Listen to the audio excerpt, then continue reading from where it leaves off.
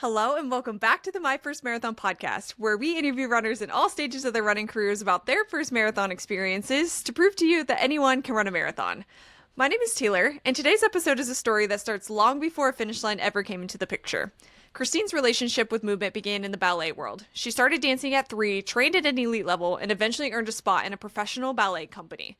But that environment also came with intense pressure around body image and perfectionism, and at 19, she made the difficult decision to step away from ballet for the sake of her health. Running entered her life after that, not as a goal or a race, but as something private and grounding. For years, it was simply a way to move, think, and process life, whether she was in college, living abroad, or navigating major transitions. It wasn't until much later that structure, training plans, and racing entered the picture.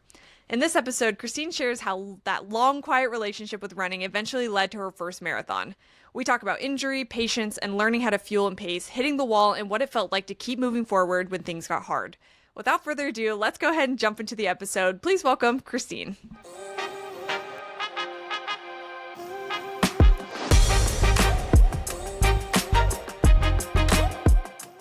Kristine, thank you so much for coming on the podcast. I'm really excited to sit down and talk to you about your first marathon story. We were just talking a bit, but your experience getting to running is very unique coming from a ballet background. So I'm excited to kind of walk along that journey. But before we start, just thank you for coming on. I'm excited. Thank you so much. Yeah, I love your podcast and I'm super happy to be here today. Amazing. Cool. Well, you've listened before, so you know how we start. We start from the beginning. So yeah, talk to us about how movement started for you and how we kind of walked along this journey. Yeah, movement goes back a really, really long time ago, about 40 years ago. I started doing dance when I was 3 years old. I did tap, jazz, and ballet. I did competition circuit with dance, was super into that when I was young. And then when I got a little bit older, around 10 or 11, I really started to hone in on ballet. Ballet was my first big love, and I received a lot of encouragement from my teachers and coaches that I had a chance of potentially going professional. So at that very young age, I set that goal that I wanted to be a professional ballet dancer and continued with that training through my teens. And it was pretty intensive. I had a modified school schedule and trained at quite an elite level. So movement has been a part of my life for a very long time. And I continued with the ballet up until I was about 19 years old. And I did eventually make it into a ballet company. Very So cool. that was pretty amazing. Yeah. Yeah, very cool. And I can imagine, I mean, I'm totally guessing. I'll be honest. I don't know a ton about the dancing world, but I Mhm. from what I know, it's a pretty high pressured environment for the most, like the coaching and the dedication is pretty intense. So yeah, I guess what was that experience like for you early on? Yeah, it was definitely intense, but I would say I'm quite a type A kind of perfectionistic personality. So there was a part of me that really loved the structure and the rigor of it, but it did come with some things that were a little bit more difficult. I would say because like ballet is very athletic, but it's also an aesthetic art form.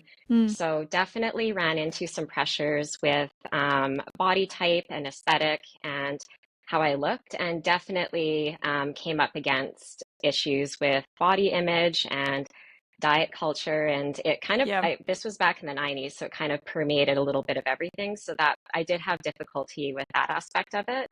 But overall, it was just so rewarding to work really, really hard at a craft and then eventually like achieve what was my dream from being very young and making it into that company and having performance opportunities. Yeah, that's amazing. How did we kind of progress from there? So I'm not sure what did like quote unquote running look like for you with ballet? Like was there any sort of conditioning aspect to what you were doing like you would for like a team sport, or what did that look like? Yeah, actually there was no running. Yeah. It wasn't as though we were forbidden, but running was something that was, I would say, strongly discouraged by my Mm, coaches, just because dance is already such and especially classical ballet. I think there's some report somewhere that says it's second only to American football in the amount of like how difficult it is on your body. wow. So yeah, so I did not run back then, didn't ski, didn't skate, didn't really do things where there was, because running does come with an injury risk and it just wasn't really worth it. But there was a part of me back then where it kind of bugged me that I couldn't run. Like I'd Yeah. be out walking for cross training, and I'd see like runners and joggers and kind of think to myself like, like I really wish I could do that. So yeah, there was no running while I did ballet, but it was after I stopped doing ballet. I was like, that's one of the first things I want to try. Got it. Okay, cool. So the seed was planted a little bit, it sounds like, Yeah, from the beginning, yeah. even if you couldn't do it. Okay, cool. Yeah, and then how did it progress from there? So you got into this dance company, and then where did dance kind of take you from there?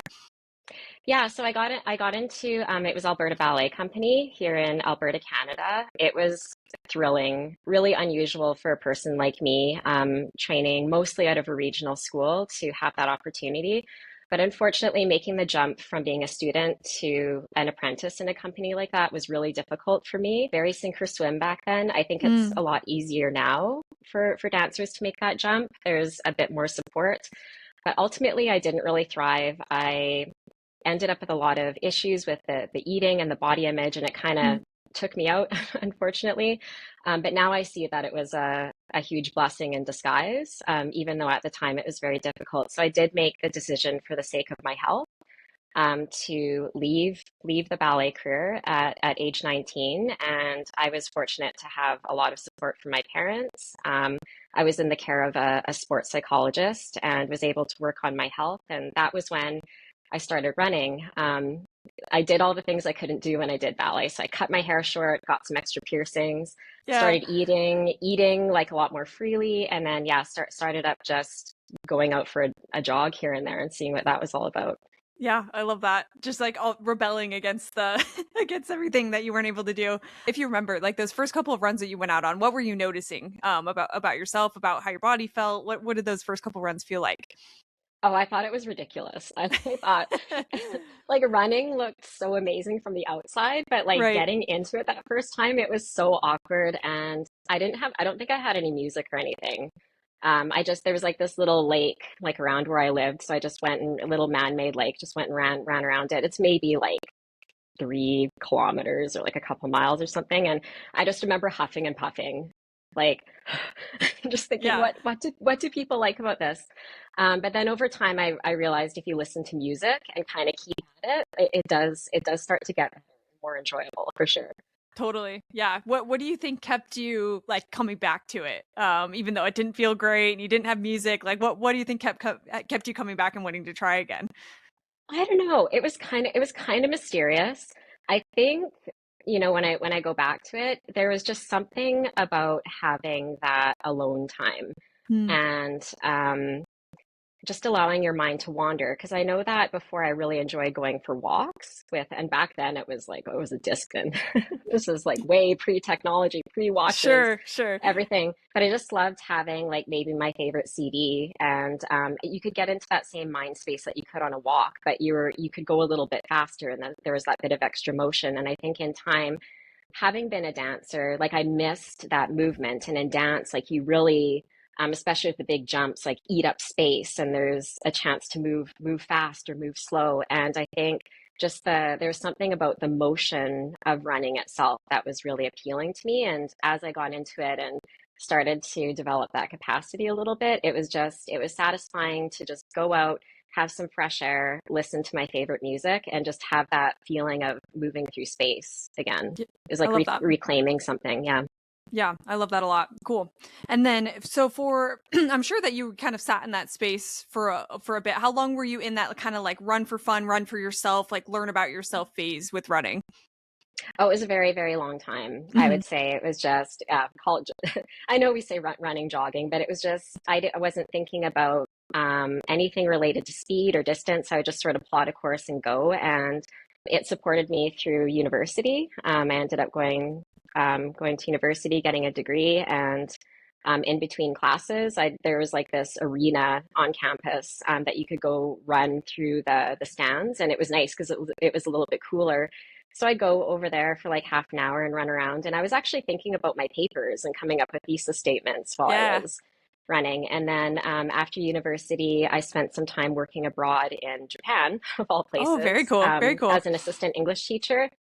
And running was a great support there as well. Again, had nothing to do with time or distance, but just getting out after school every day. Like I'd have a cup of coffee and go out, and it just helped process being in a foreign country because there's so much coming Yeah. at you in that experience. So it was very supportive in that instance as well. So yeah, for quite a long time throughout my life, it was just sort of like this buddy that I had, or just this Yeah. activity I could do if I needed to go out and relax or decompress or think.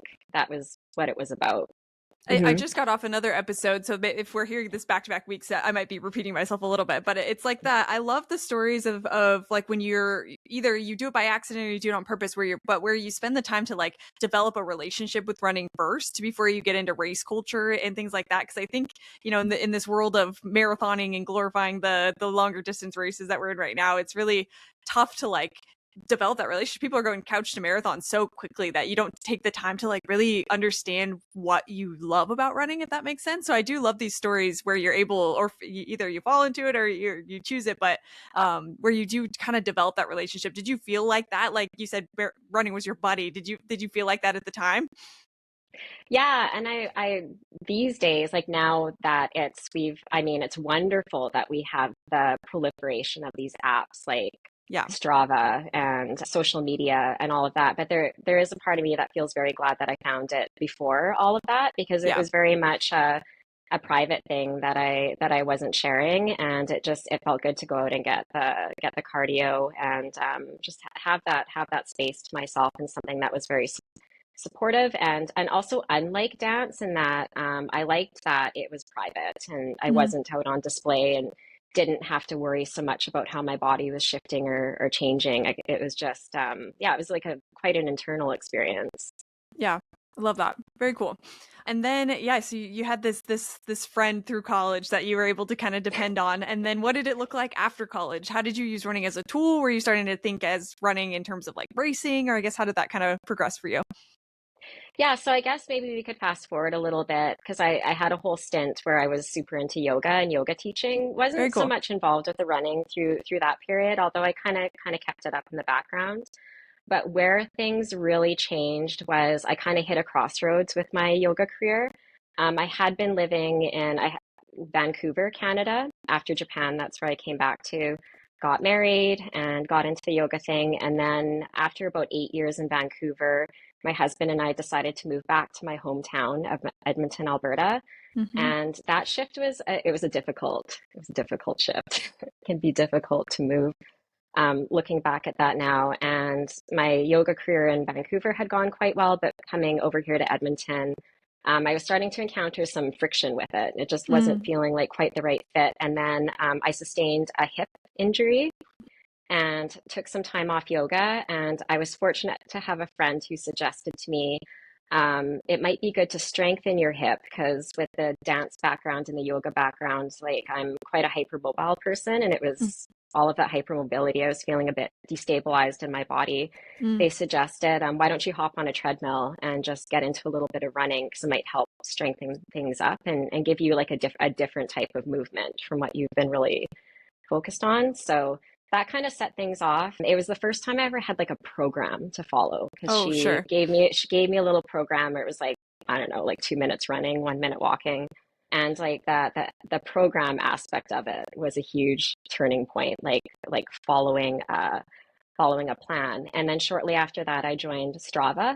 And I always say that was like the beginning of the end. As soon as I could see stats, Yeah. everything changed, for Well, type better or for A. I mean, I'm worse. sure that was just like scratching your brain in the exact way that you wanted it to be Oh my scratched. goodness. Yeah. Oh yeah. Yeah. Yeah. It was crazy. Yeah.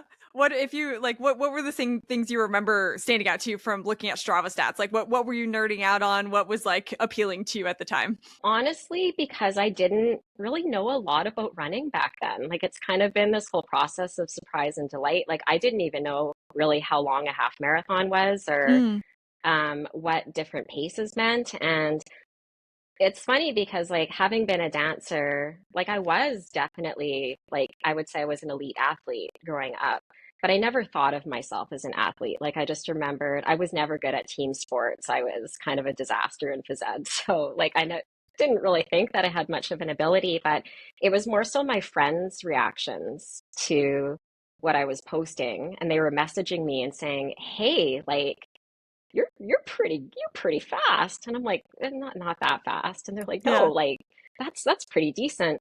So I think that it was actually, I don't know if it sounds bad or good, but it was sort of seeing people's reactions to what I was doing. It was actually very encouraging, and I'm glad that I had friends that were supportive like that. But yeah, like I started to have some, I think one of my friends actually explained to me like what different paces sort of mean and what they could translate to if I were to run a race. So I think that's what I started looking at was okay, well, how far can I run now, and what pace am I running? It became more interesting, and Strava really kind of gamifies that Yeah. experience, but it does come with a downside because I did end up getting injured. Ah, okay. Okay, yeah, for sure. So I'm sure, did the injury happen right away, or did you find out about racing first? I guess walk us through like the timeline of okay, I'm on Strava. I love this. This is Yeah. great. And then when we got to injury. Yeah, I actually was initially resistant to racing, which sounds kind of funny. Like Hmm. it was much more appealing to me to just go race myself on Strava. But that's what got me into trouble. So I was first really fixated on speed and seeing how fast I could get with like 5K. And so I focused on that for a while, and then I got fixated on the half marathon distance when I knew what that was. And so I think I was just going out on consecutive Sundays. Maybe I was running like 3 times a week. And every Sunday I was just making the run like longer and longer and longer and longer and longer until I finally reached 21 kilometers or 13 miles. And I'll never forget the first time I completed that distance. Uh, like my husband laughs about it. He's like, I just remember there were tears when you came home. Like running that distance for the first time is really transformative, but Totally. I did end up getting injured because I wasn't wearing proper shoes and didn't understand fueling or anything like that. So that's kind of how that part of it escalated. Got it. Okay, cool. So you got this high of hitting this distance or proving to yourself that you could do something that you didn't think that you could do, and then you had this low of okay, now I'm injured. Now I need to figure out how to build back from this. Did you say what your injury was? Was it something to do with your feet, knees, or something? Yeah, it was my calves. I Okay. developed posterior tibialis tendonitis is what it was Mm, specifically. So before I even got into racing, I had to get through this whole injury cycle because I hadn't yeah. been training properly. I was just racing everything and then got up to that distance and then everything just started to hurt. Um, the other complicating factor was that somebody advised me to change my foot strike. I'm not going to Mm. say who it was to throw them under the bus on a podcast, but Sure.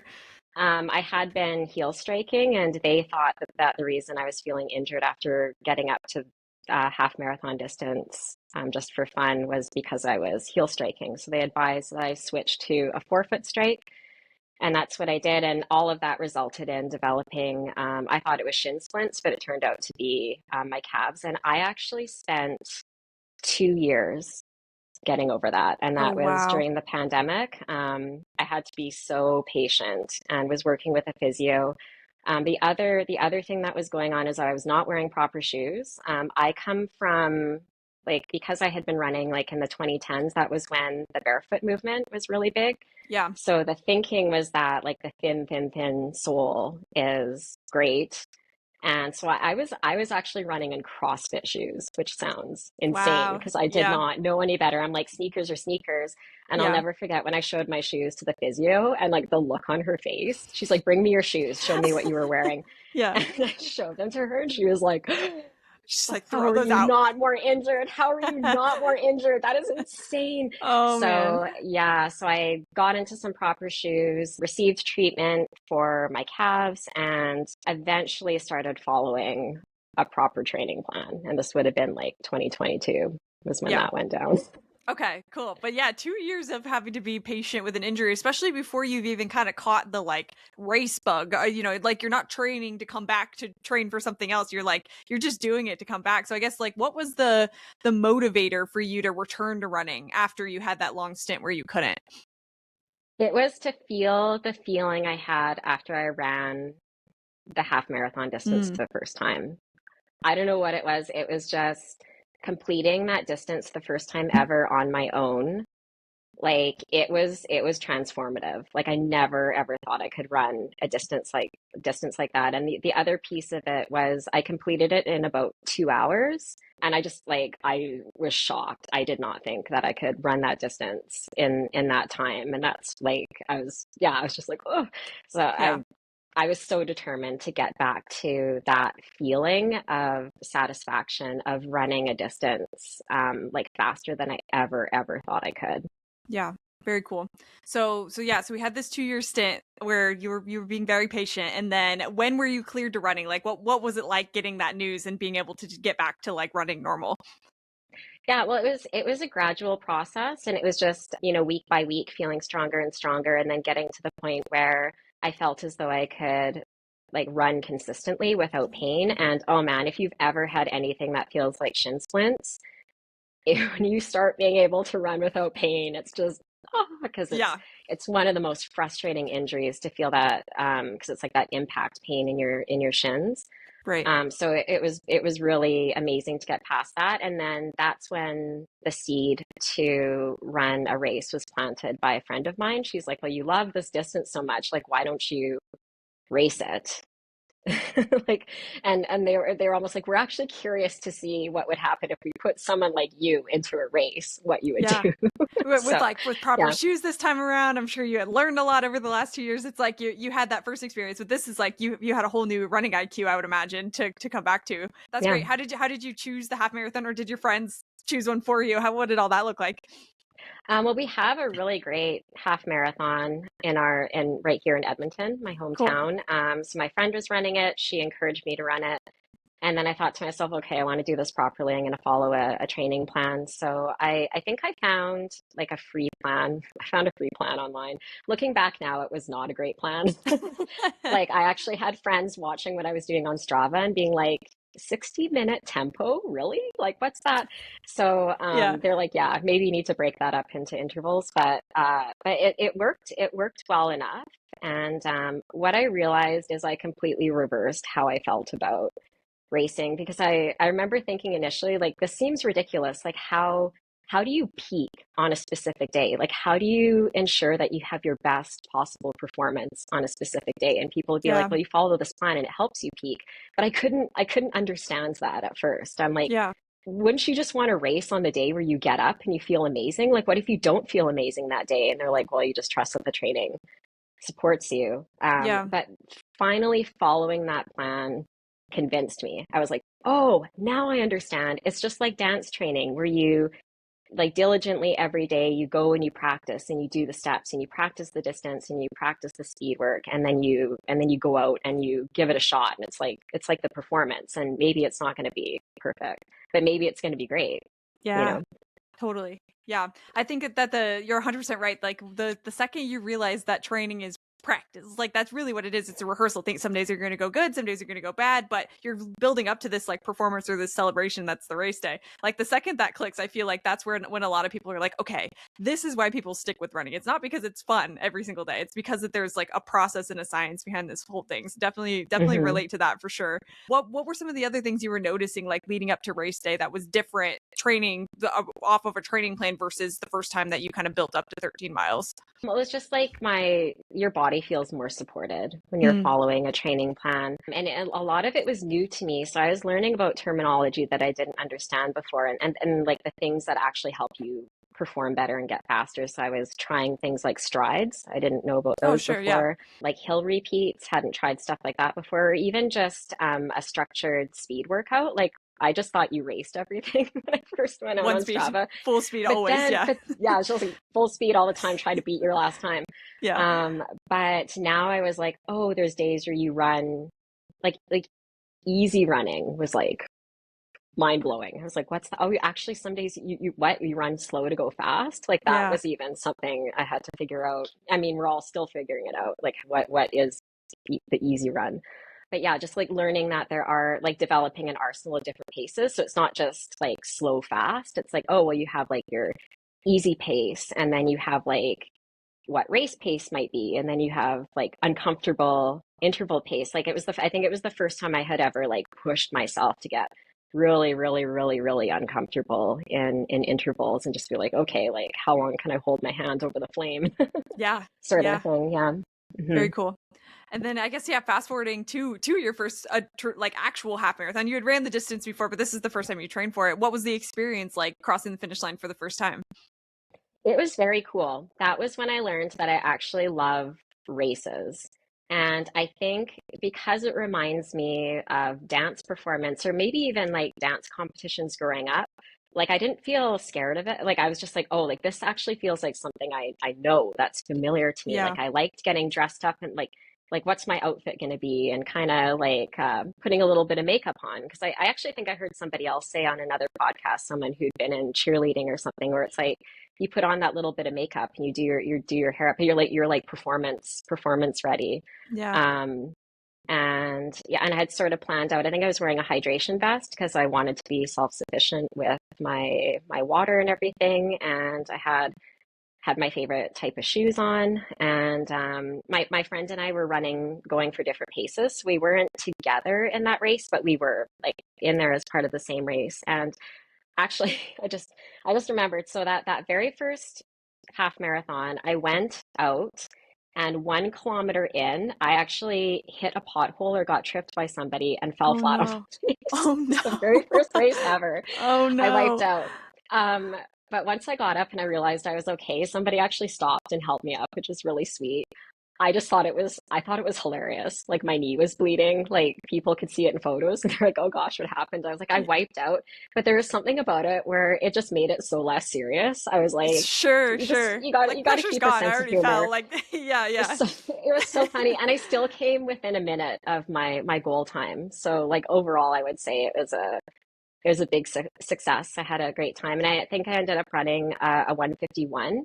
So I took Very 9 minutes good. off, which Yeah. is yeah. So I was super happy with that. I was like, yeah, I even fell and everything, and it was fine. And I loved the race atmosphere and the adrenaline rush and the crowds and yeah, like I was so hooked. Yeah. It was Very great. cool. Yeah. Hmm. So yeah, I guess kind of talk to us about what happened from there. So we know that you've ran your first marathon. We know that you got the bug, but how did we get from first half marathon to thinking about the full marathon distance? The full marathon, I think because I had that injury, it definitely made me a little bit nervous about stepping up the distance. And I just really loved the half marathon for a long time, and I kept on working on that. I ended up running two more half marathons before I started thinking about the full. And I think when the first inkling of the marathon occurred to me, I wanted to feel really, really comfortable with the half before I went after the full. My second half marathon was also a crazy experience. It was a year later. I was hoping to take maybe 5 minutes off, and I have what I heard somebody term a unicorn race, Mm, where it just goes so much better than you expected. I actually ended up running 138 yeah, wow. that second time. I still get choked up when I think about what that feeling was like because one of my quirks, I think because I grew up without technology, is I don't look at my watch really while I'm racing. So I didn't actually know what I was running, and the way that the races in my hometown, I've just been doing that same half marathon over and over. You don't see the clock until like Mm, maybe the last like half kilometer, or I don't know. But I just remember I came around that bend in the road and I saw the time on the clock and I was like ugly crying to yeah. the finish line. So I think once that happened, I started to think, okay, like the half is feeling pretty secure. I'm getting through these training cycles with like less and less issues after each race because I think after my first two half marathons, I did have to take some time off and see a physio just to kind of deal with like a few just like little hamstring niggles and things. Yeah. But the year before I ran my first marathon, I was like, okay, let's see if you can get through a year of a bit higher volume, kind of thinking ahead to how much running the marathon was going to require and see if I can do that without getting too injured. And then if I can accomplish that, I'll be ready. And I did. I ran my third half marathon, took off a couple more minutes. Didn't have a good race that day. Still PR. Pretty I good. Yeah. still PR'd, but hit like bonked pretty hard in the back Mm, half. So I had a bit of an experience with that. But that was also like a really encouraging training cycle. And once I had done that, I thought, okay, I'm turning 42 years old in 2025. I think it's time to run 42 kilometers. Yeah. Why not? 26 miles. So let's go for it. And yeah, that's when I felt that the timing is right because I completed that plan with I think I peaked at 50 miles a week with that third half marathon. So I thought, okay, if I can take it up a little bit the next year, I'll be okay. Yeah. Okay, cool. And then once you had kind of made the decision that you're going to run that marathon, what were you thinking next? Were you planning on like choosing a specific race and then training for that race in particular? Were you looking for a specific plan? What were like steps 1, 2, 3 once you decided I am going to run a marathon? Well, I think this is a good time to give a shout out to Running Explained Oh, because yes, I love them. so that second half marathon I ran where I got a 13-minute PR. I was using it was when I know that coach Elizabeth Scott. She's no longer the head coach, but I was using her plans at that point. So I trusted in those plans. They'd done very well for the half marathon, so that's what I used for the full. Was I got one of those marathon plans, and I just stuck to my hometown race. Like I've really Yeah. haven't done a lot of I haven't done any traveling outside of Canada for races, and I just kind of stuck to my own province. But we have a really awesome marathon course here in Edmonton. It's billed as fast and flat. So, and the way that it's sort of structured is like the half marathon, it's like it starts in the middle and the half marathon is an out and back. But when you do the full, it's out and back to the east and then you go out to the west. So you run Cool. like this whole part and then you run the half. So it was kind of like now I'm doing like the full thing. So I've only done the Yeah. half. So now I get to go run that eastern leg of it. So it just seemed like the perfect race to do. Yeah. And you don't have to travel. I think that that's like for your first marathon, when people ask me about like how to decide on which one to choose, I always recommend doing something local unless you need like a longer cutoff or want to do the world major for whatever reason. Cause it's like you get to sleep in your own bed, you get to control your own Yes, food. Like there's so many more things that you can control when it's your local race. I think there's a lot of benefits to that for sure. absolutely. Yeah. Yeah, some like when they talk about controlling the controllables, yeah, Yeah. it's so much easier when it's in your hometown. For sure. Yeah. Cool. And then, so you had that plan. And when you were starting to work through the plan, what are the runs that stand out to you as being most memorable? So, like, the one that a lot of people bring up is like 14 or 15 miles, the first one over your half marathon, where you're like, okay, I'm marathon training now. But yeah, like, what were some of those runs that stand out to you in your head?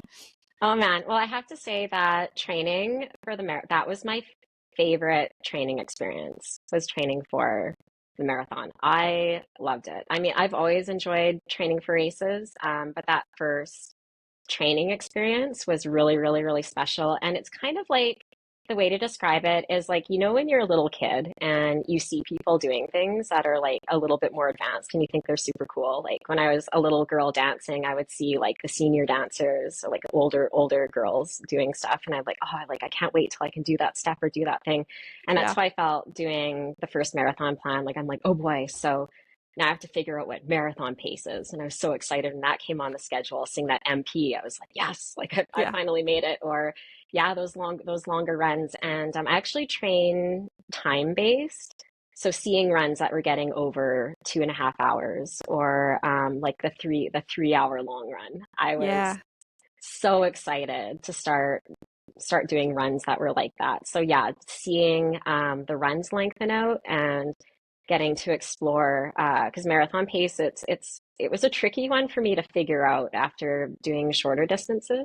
Yeah, it was really cool. Very cool. Finally getting to do the thing. Yeah. Yeah. And then for pacing and everything, did you have a specific time goal that you were hoping for this first marathon, like that you had structured the plan around? Oh, it's so tough. I think a Yeah. lot of people, I think that's why there are so many podcasts and so many resources and so much discussion around the marathon because it's a tricky thing to pin down. And I'm a self-coached athlete at this point. Like I'd love to have a coach one day, and actually enjoy coaching myself because Yeah. there was a lot of self-coaching in dance. So it was kind of a tricky thing to pin down. And in my case, because I my half marathons have been in like that 136 to 140 range, if you plug that into a pace calculator, like it could result in like sometimes they show a marathon like a 325, and I'm just like, Yeah. "Oh, what?" Like Yeah. I Feels like think a lot. that's a little bit extreme. Um, after like sort of thinking about it and then going out and I was sort of testing different paces in training. Sometimes I was looking at my watch to be like, okay, what does this pace feel like? And then other training runs, I hid my watch and I'm like, what does like a marathon pace feel like? Like something Mm-hmm. that's harder than easy, but not as aggressive as half marathon pace. And Mm-hmm. I gave myself a very broad range. I'm like, maybe something between 3.5 to 4 hours, I think would Yeah. be reasonable for the first one. And because I'm in my early 40s, the Boston qualifier was kind of sitting in that range like an ugly gargoyle. And I Yeah. made a decision very early on. I'm like, I'm just going to ignore the BQ because I think it would just make somebody like me make bad decisions. So I'm like, Yeah. we're just not even gonna look at that for now, even though again I'm so fortunate to have really lovely supportive friends who are like, yeah, like let's see Hey. that. And Yeah. Yeah. no, I don't think for this first one, guys.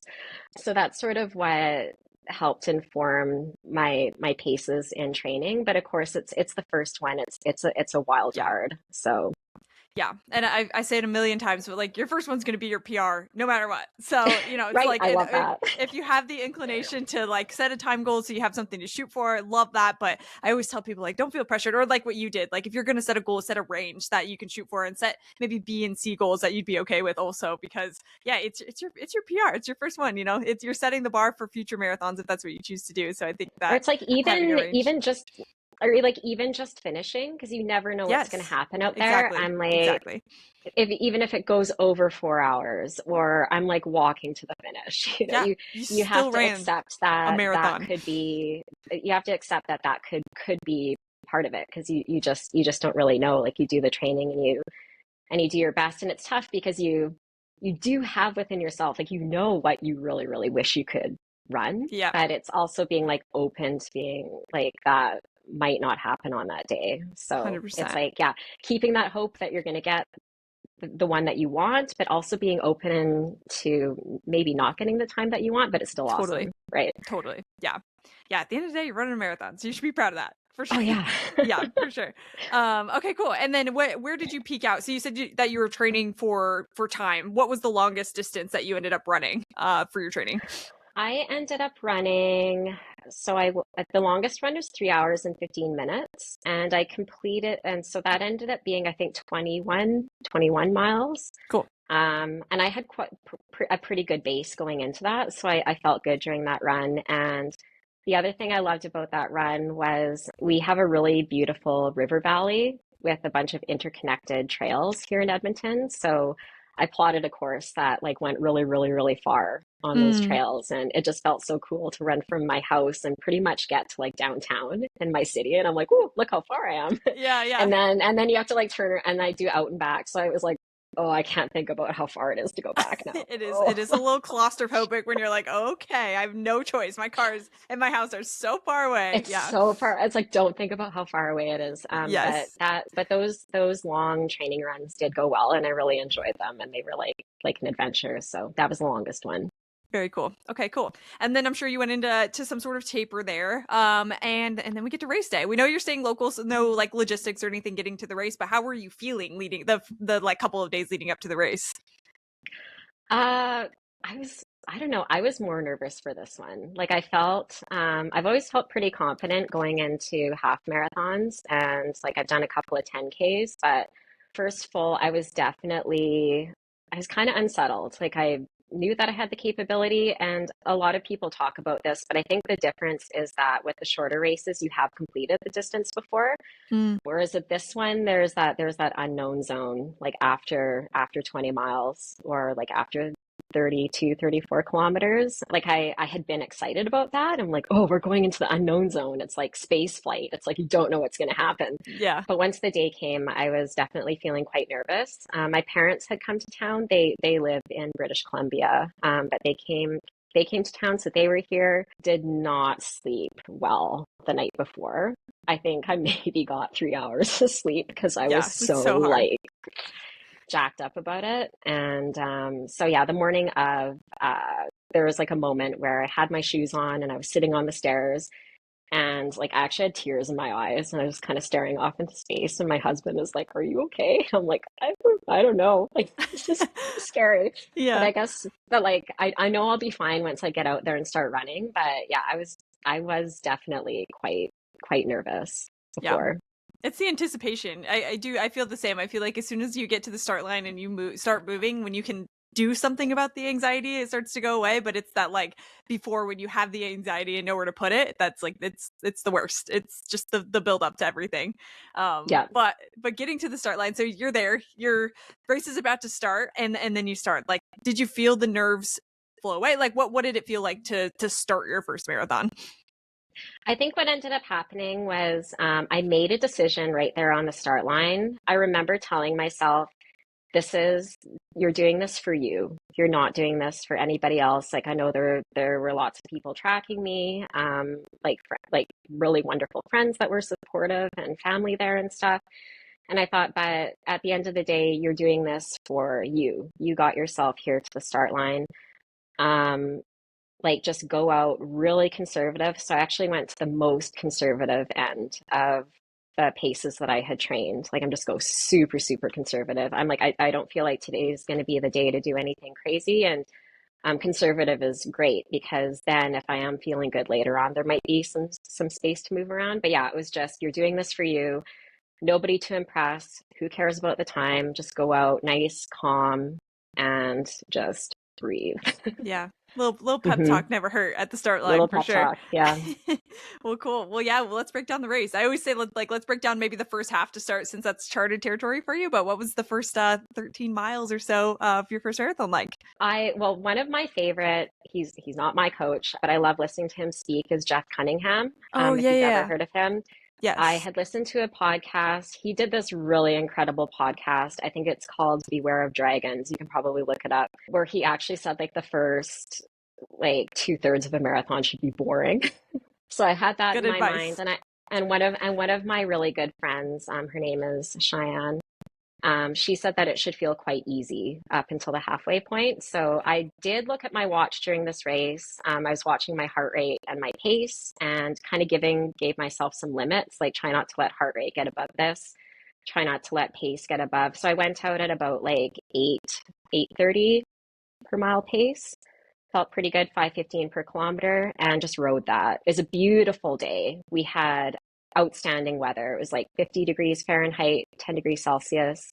We were running right into the sunrise because it goes east. And it was just like it was just nice and calm. And it's a small race. So I actually ran by myself pretty much the whole time, Mm, aside from going out with the crowd, had some music, and I just stayed really calm and had some friends I was watching out for in that first half that kind of live in one of the houses that the race went past. So they were out on their front lawn and I saw them and said cute. hello and just tried to be very business-like almost, like keeping emotion out of it and just sticking to that pace, sticking to that heart rate, and yeah, just trying to stay super, super, super calm. And it did go very calm, very smooth, and I felt quite good up to the Good. halfway point. Great. Yeah. And before we get to the, hopefully you don't take us on too much of a tangent, but before we get to the second half, you said that like business like was that do you feel like that you were drawing from like mindsets you used to have as a dancer? Is that where that was coming from? That like, all right, it's time I need to lock in, or where do you think that like mindset was coming from? Maybe it came from that. I'm fortunate to have a few. One thing I can say about running is, and social media is you can really cultivate an incredible community of people to support you. And I've been so fortunate to make a lot of friends. And I have a coaching friend. His name is Justin Cannon. And he gave me a little bit of advice before the race. And he said, like, just see if you can kind of keep things very like calm. And I don't know if the word he used was business-like, but just Hmm. keep it very like calm and like don't let your emotions start to get into it until the latter part and like Mm, let it kind of spill over. So I was sort of thinking about what he was saying. So I think it would be easier to keep things like heart rate and pace and stuff under control if you're also keeping your emotions under control and not yeah. getting too stirred up by the whole thing. So and I just know myself, and that's sort of what I needed to keep that first part of the race quite calm, Yeah. because even though I'd never done it before, I suspected that things were going to get rough Yeah. at some point along the way. So it was just best to conserve all energy, like including emotional energy, if that makes sense. Totally. Yeah, that makes total sense. Cool. All right. Yeah, keep going. So we got through the first 13 pretty smooth. Yeah, walk us through what happened from there. So after the halfway point, I was watching for my husband because he had a bottle. So my hydration strategy was to carry a 20-ounce bottle with hydration mix in it, and I had all my gels. I was going to attempt to take 8 gels, and so I was watching for him on the side of the road to get that bottle, and I was able to switch. So I threw the done bottle down at his feet, grabbed the other one. So that went smoothly because I had been kind of like a little bit uptight about getting my bottle, but that went smoothly. And then I had like the best part of the race was just after the halfway point. The way the course is, there's a very slight downhill going out from the half, and I saw a whole bunch of friends that were because they were out there cheering the half marathoners who had gone out at this point, and there's just a lot of cheering. It started to get pretty exciting, and I let myself feel it a little bit more. And that's sort of when I kind of got the sense because I knew this part of the course now. Like I had ran it in those previous half marathons, and I'm like, okay, like now we're in a little bit more charted territory. And I think it was maybe like around like mile 15. I just had the sense I was like, oh boy, like what would it feel like to be able to hold this pace, like between 8 minutes per mile, 8:30, and like what would it mean to take this distance? I just had Yeah. like this sense for a moment. Saw a few friends, but then yeah, shortly after that, it started to fall apart. Oh, yeah. Famous last words, right? Yeah, yeah. What would happen if I So turned it up a little bit? It was like right at the end. Yeah, I totally know what you feel like. right, but it's like I got a glimpse of like what Yes. the marathon could be, and I think that Yes. is the thing that got me hooked. And I think you kind of need to have that because yeah, when it does kind of start to crash and burn a little bit later on, you have to remember that like that's the feeling you want to Yes. hang on to is like the part where you felt really good and you're like, oh, maybe I could do this thing. Yes. Yes. Totally. Totally. Yeah, So yeah, so around what mile? I'm assuming you hit. It sounds like you hit some sort of wall. So hit a around wall. what mile do you feel like you hit the wall? And was it more of a physical wall or more of a mental wall that you feel like you hit, or both? Yeah, it was frustrating because I was so determined to not hit the wall. And Hmm. I'm such a nerd. Like I had read so many articles and books and listened to podcasts. And I mean, that's why I appreciate your podcast so much because I'm a lover of race recaps. Like I'm Hmm. almost obsessive about people's race recaps. Same. Well, you learn so much from them, and You do. especially if you don't have a coach. Yeah.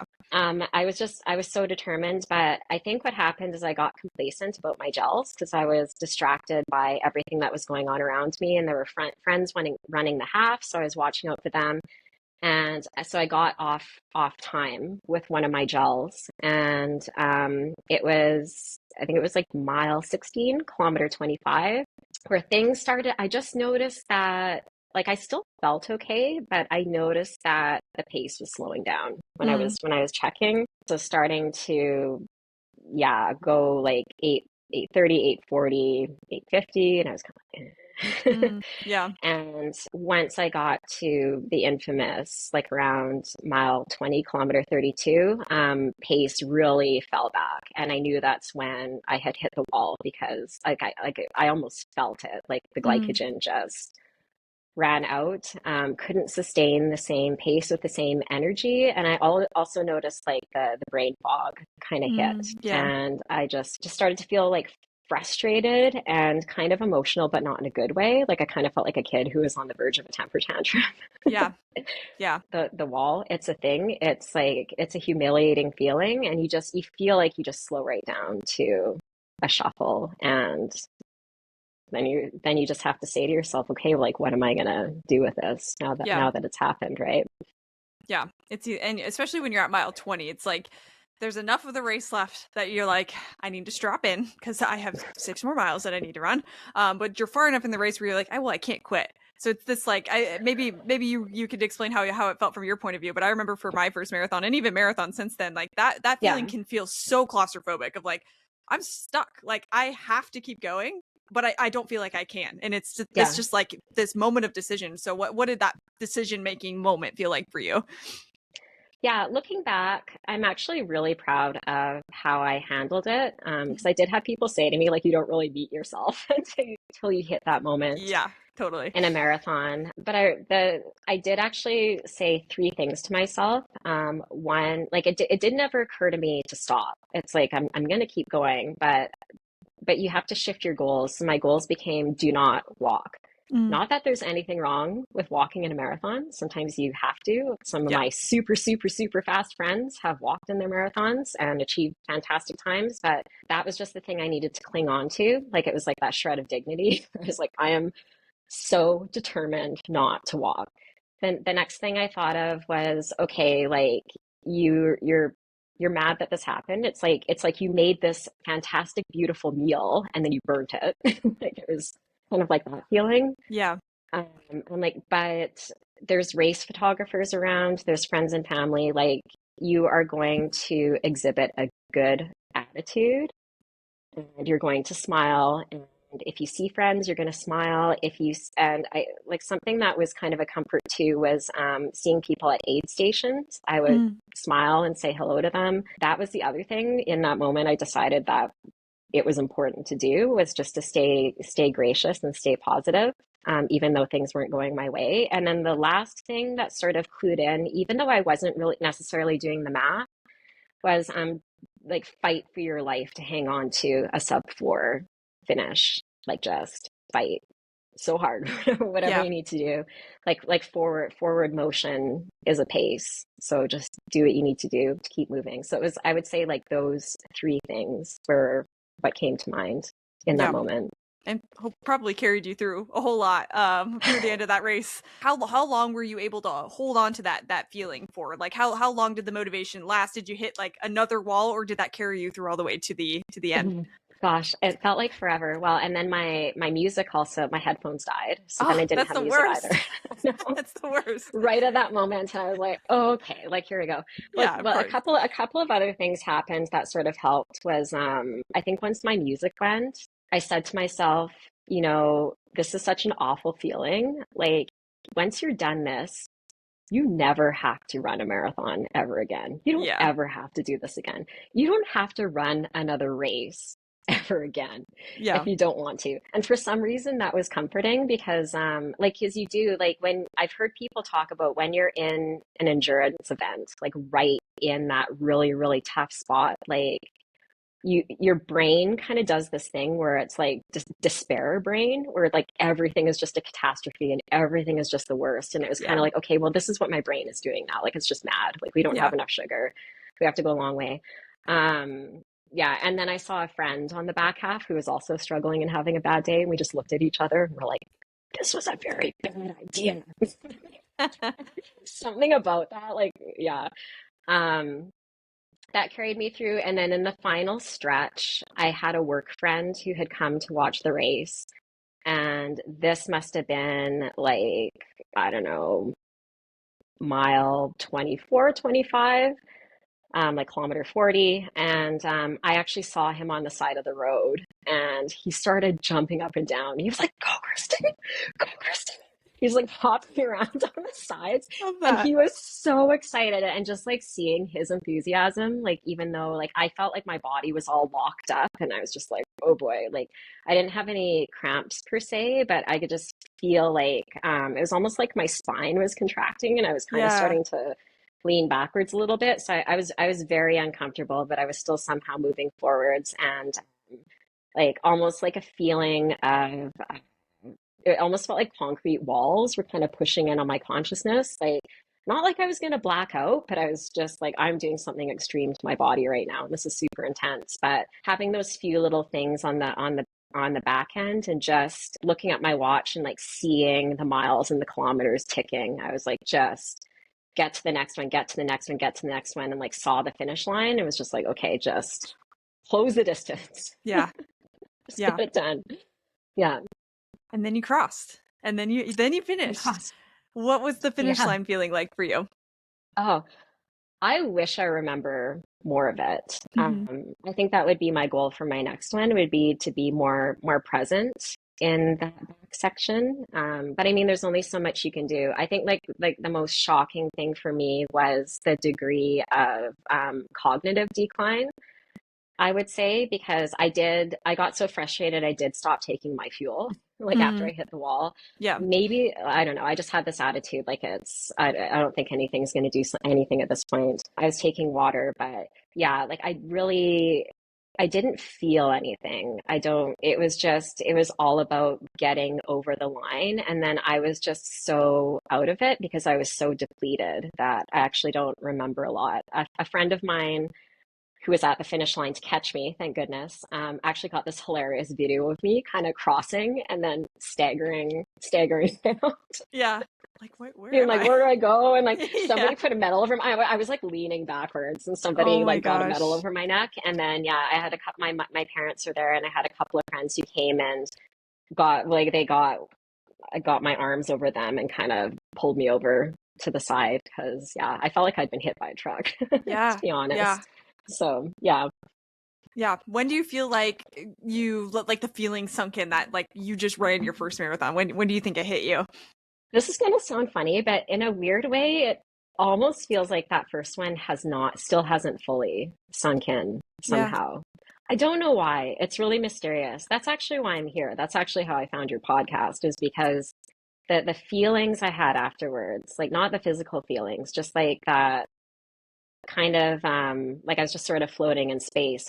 Wasn't quite sure how to process it. Like Yeah. that's why I started listening to your podcast. So I was like, I need to hear other people talk about their first marathon and how they felt afterwards because I really wasn't sure. Like I know that I did it, Yeah. obviously, but in a weird way, it still doesn't quite feel like it's sunk in. Like I almost feel like I need to do a couple more and then somehow that'll make it sink in a bit more. I don't know. That Yeah. might sound like a really strange response, but that's honestly how I feel about it. It's a Yeah. little bit inconclusive.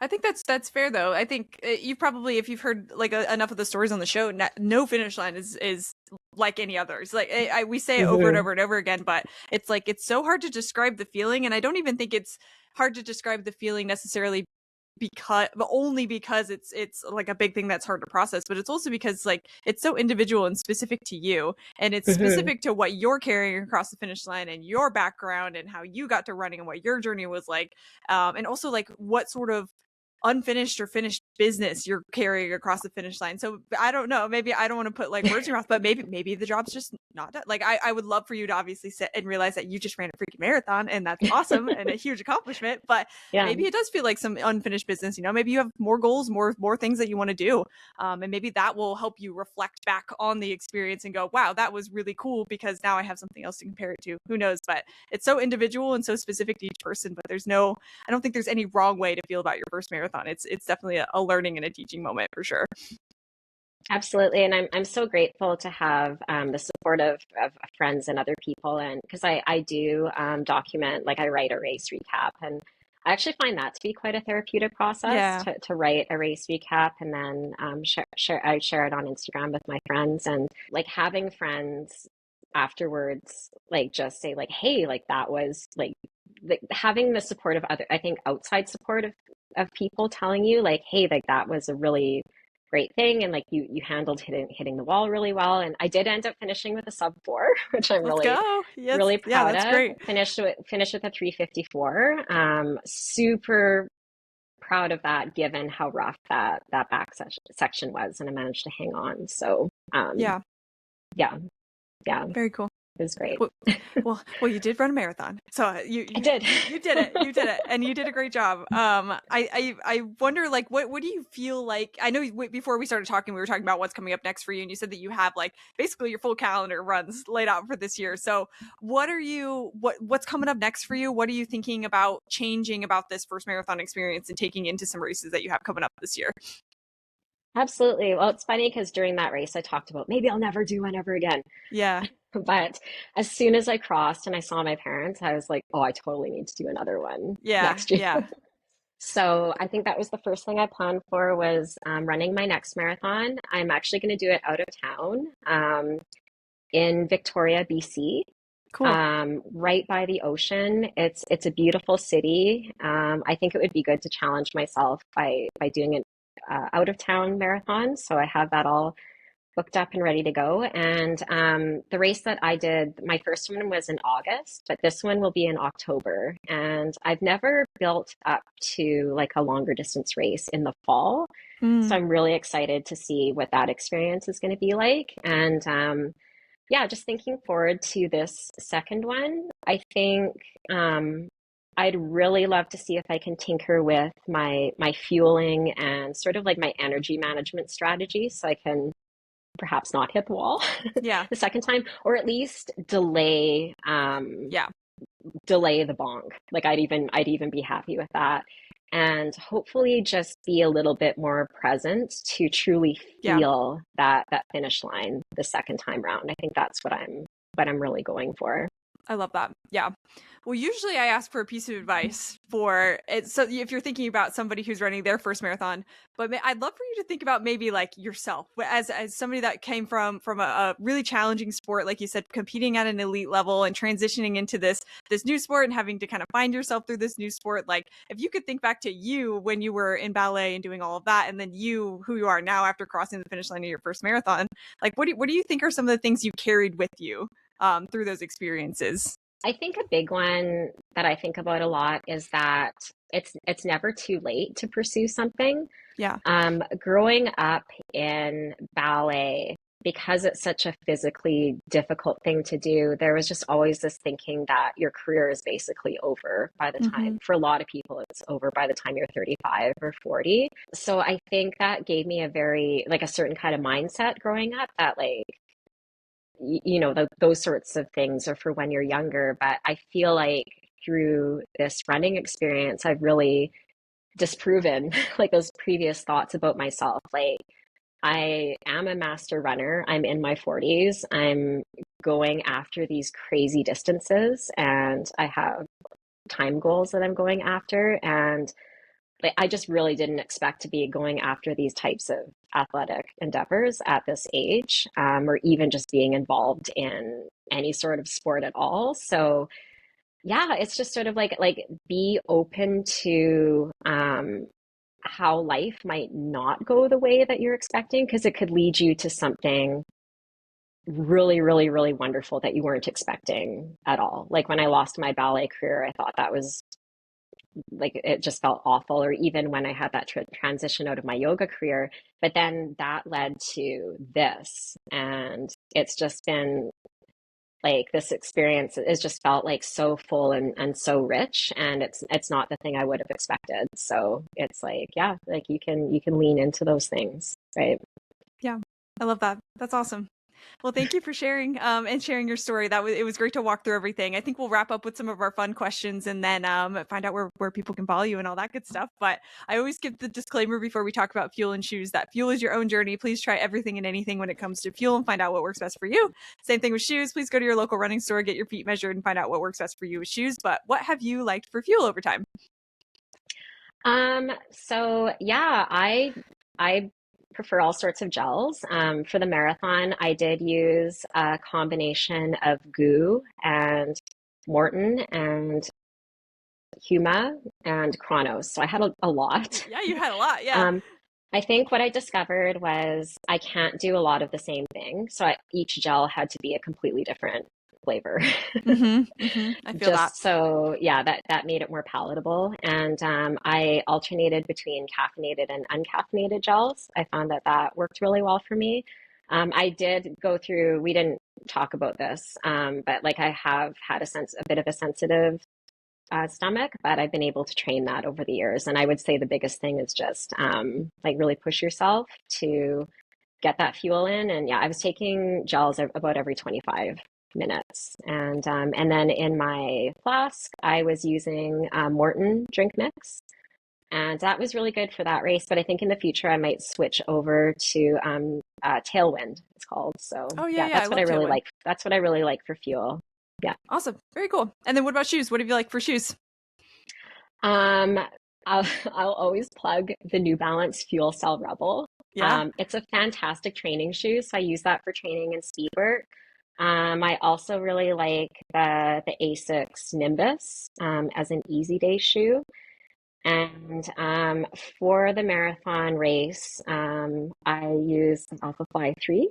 Cool. And I remember when I first tried that shoe on, it just felt alive under my foot, and it felt like the right fit. And the testimony I will give to that shoe for me personally, and this is having put Vaseline on my feet and I wore pro compression socks, is I did not have any bruised toenails and no blisters at the end of that race, which is huge. Insane. Huge. Yeah. So worked really well in my case. Amazing. Well, cool. And then we know what's coming up next for you. We know you've got some big races coming up this year, but yeah, if anybody wants to follow along with you in your journey, where can they find you? Yeah, I'm on Instagram, kpowpow. So it's KPOW underscore POW. My account is a private account, but it's like a house party. So just come send me a request and I'll let you on in. And yeah, I love sharing. I love sharing about running. I love running. I love meeting other runners of all types, wherever you are. So yeah, I'd love to meet you. Amazing. Cool. Well, I'll link everything in the show notes as well. But thank you again for walking us through your first marathon story. It's great getting to know you a little bit. Thank you so much, Taylor. Thanks for tuning in to another episode of the My First Marathon podcast. For more stories, tips, and resources, head to myfirstmarathonpodcast.com. And if you want access to bonus episodes, exclusive resources, and extra support for your training, make sure you check out the community at myfirstmarathonpodcast.com/exclusives. You can also follow along with us on socials, Instagram and TikTok. That's at myfirstmarathonpod. If you want to follow along with my personal journey, that's at pay.says. Whether you're training, recovering, or just thinking about signing up, you belong here. I'm so excited that you're here, and we'll see you on the next one.